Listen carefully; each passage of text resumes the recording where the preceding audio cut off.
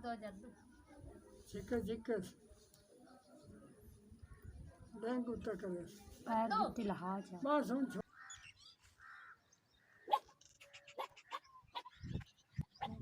मोहम्मद उदरान मेरा नाम है जी।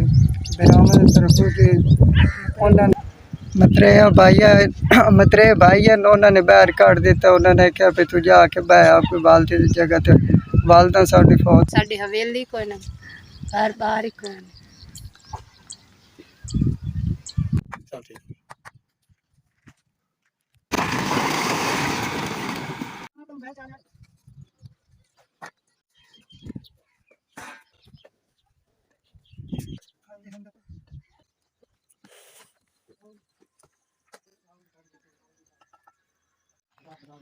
है ना आसू थाई बैठा है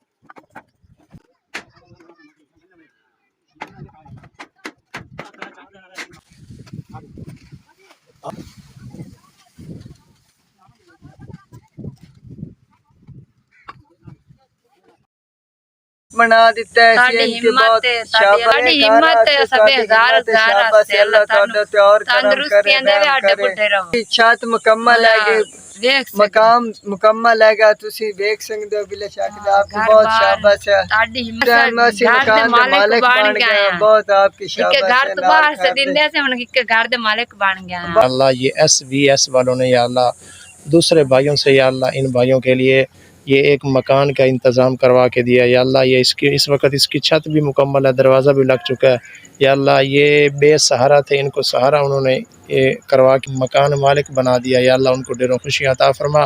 1 लाख से भी ज़्यादा का इसका खर्चा है या अल्लाह। ये सारा कुछ उन्होंने इंतज़ाम करवा के दिया। उनकी खिदमत को कबूल फरमा। शुक्रिया है जिसने हमको लोगों को इंतज़ाम करा के दिया। बहुत इनकी शाबाश है।